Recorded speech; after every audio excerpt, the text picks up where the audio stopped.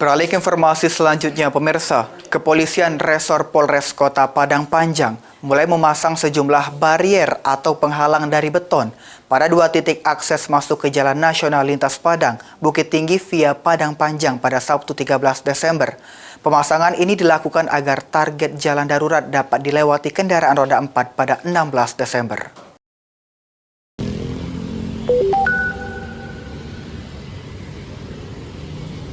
Kepolisian Resor Kota Padang Panjang, Sumatera Barat memasang sejumlah barrier atau penghalang dari beton pada 2 titik akses masuk ke Jalan Nasional Lintas Padang Bukit Tinggi via Padang Panjang, tepatnya pada kawasan Lembah Anai di Kabupaten Tanah Datar dan kawasan Jembatan Kembar di Kota Padang Panjang mulai Sabtu 13 Desember.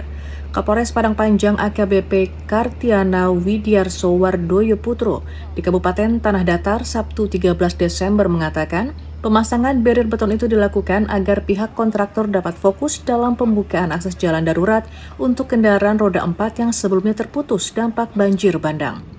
AKBP Kartiana mengatakan kendati dipasangi barrier beton, namun kendaraan roda 2 masih tetap diizinkan melewati jalan lintas tersebut pada jam yang telah ditentukan, di mana jalan lintas yang menjadi urat nadi ekonomi ranah Minang itu ditargetkan bisa dilewati kendaraan roda 4 pada 16 Desember mendatang.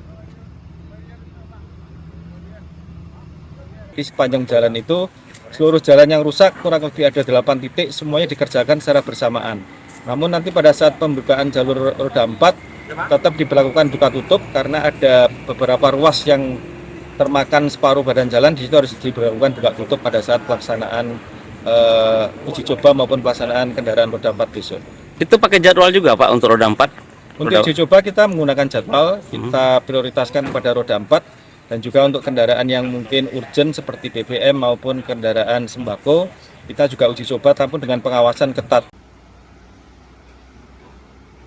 Nantinya jelas AKBP Kartiana uji coba untuk dapat dilewati kendaraan roda 4 mulai dilakukan pada 16 hingga 22 Desember dengan sistem yang sama dengan jadwal kendaraan roda 2, yakni pada pukul 6 hingga 8 pagi untuk sesi pertama dan pukul 16:30 hingga 18:30 untuk sesi kedua.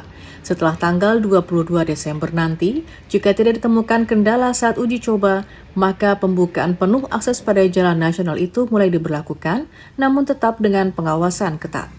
Dari Kabupaten Tanah Datar, Sumatera Barat, Fandi Yogari, Kantor Berita Antara mewartakan.